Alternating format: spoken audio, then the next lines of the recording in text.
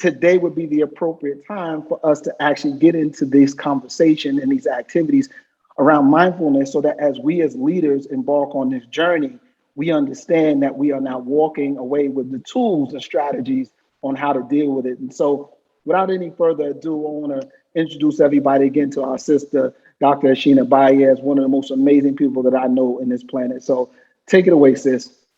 Thank you so much, family. I am so elated to be here. I want to begin by just telling you briefly, family. I started out in DOE many moons ago as a special education teacher, matriculated into becoming an assistant principal, a principal, and then a district leader in upstate New York. So when I say I know your pain and opening a building and what you're going through, my grandmother used to define empathy as the ability to feel someone else's pain in your heart. So I have your pain in my heart. I'm thinking about my warrior princess right now. Literally, as you were speaking, I lit a candle for her. It's important for us to be able to honor ourselves, our emotions, everything that we are and everything that we aren't, to grant ourselves grace, to remind in this moment that we are perfectly imperfect. The World Health Organization has just put out the stats. This was literally last week, that says the second leading cause of death for young adults globally is suicide. So for underrepresented, marginalized youth, this is not a what if or when will we. This is an actual cry for help. We have to make sure as leaders, as thinkers, as builders, that we look at these stats with actual hearts open to say, look, we have to prioritize the social emotional health of ourselves and our children. 1 in 6 children are suffering from diagnosable mental health illnesses nationally. We know right now that the leading cause of childhood disability is depression, family. And I've just literally 2 days ago read an extensive report on New York City where 1 in 3 young adults reported that they felt so sad last year, so hopeless almost every day. So as we think about the prevalence of depression and anxiety and how it's increased by 50% over the past 10 years, we as adults have to look at what does this look like as a trajectory for the adults, because these children are going to grow up and they're going to actually be the leaders in this world. So when we think about this, we have to think about the stats and how it affects the adults, where it says, unfortunately, according to the World Health Organization as well, that 1 in 5 adults suffer from diagnosable mental illness, and that the third leading cause of disability is mental illness in adults. So this is the why. This is why this work. This is why mindfulness is important. This is why protecting your mind, your mental health, your emotional health becomes a primary concern, family. We are in the spirit of creating norms sometimes and rules. Teachers are creating rules in the beginning of the year. I want to offer a suggestion. When you create an intention, it speaks to the intrinsic motivation of the part of the people and the folks that are in the room. So I'm going to just share my screen so that we can set an intention, and we're going to dive into a practice right now that we're going to set. Is based on a Brene Brown quote. I want you to, as you hear this quote, family, you're going to just type one word into the chat that describes how you want to feel in this session. We mundanely ask folks, how you doing? And you routinely say, I'm fine, even if you're not fine. We've been kind of conditioned to do that. I want you to add that one word to your vocabulary and just ask, how do you want to feel? This gives anybody who you ask the permission and autonomy to create the conditions that they want to feel. And this allows you to be reminded also and to be empowered that you can curate the conditions that you want to see for yourself in your life. And in the spirit of that, family, listen to this quote. Owning our story can be hard, but not nearly as difficult as spending our lives running from it. Embracing our vulnerabilities is risky, but not nearly as dangerous as giving up on love and belonging and joy, the experiences that make us the most vulnerable. Only when we are brave enough to explore the darkness will we discover the infinite power of our light.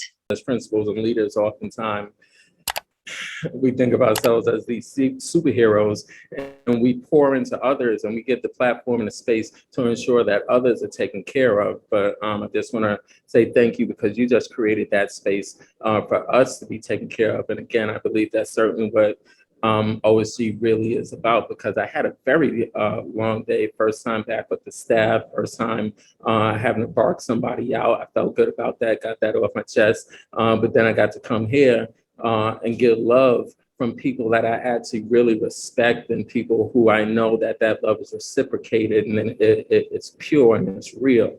And so just being able to really participate in that. And then I always think that there's true divine intervention. And so the person I was partnered up with is someone that I keep finding myself in the same space with, going way back to high school. So I was fortunate that I was paired up with our own Dr. Love, Dr. Action, and I got to, have her listen to me. And I actually took up all the time. I felt a little guilty. I just started talking, and that's really not something that I do. So thankful and grateful that you can create that space for us, because in order for us to create this space for others, we too have to experience and exist in these spaces so that we can know what it looks like, know what it feels like. And when we're doing it for other people, we can do it with the having also done it for ourselves. So thank you so much, Dr. Baez. We have a fear of students that we will minimize the warning sign for suicide. A fear that I will fail my students in preparing them for the future. A fear of not being enough. A fear of my students being shot or stabbed or jumped. A fear that this building will crush my soul so that I leave the profession and never come back.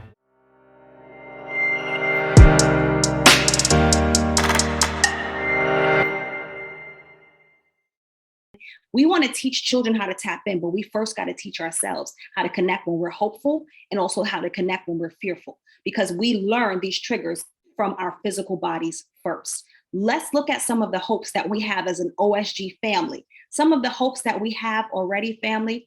We have a hope for unapologetic love, for joy, for strength. We have a hope that we leave a legacy. We have a hope to maintain balance. We have a hope to understand the importance of creating a trauma-informed environment. We have a hope of maintaining good health, of being focused. We have a hope of being intentional.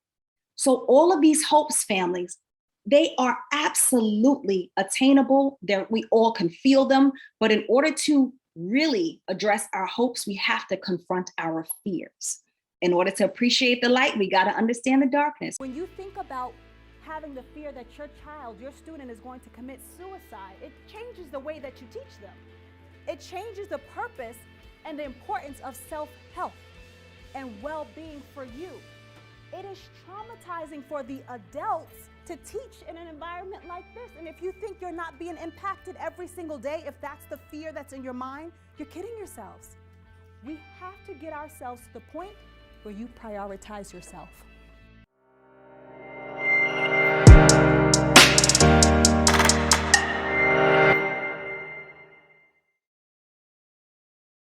I want you to remember your universe is always sacred because you're at the helm. So you get to choose in this season of your life how you want to show up. You get to choose how you want to support yourself and your well-being. You get to choose how you want to ensure that your teachers are held and heard through this process as well. It's always a choice.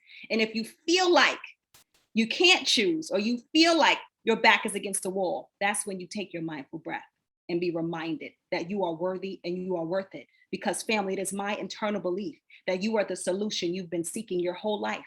It's always been you. You name a place that you've been that you didn't take yourself with you. You've always been there.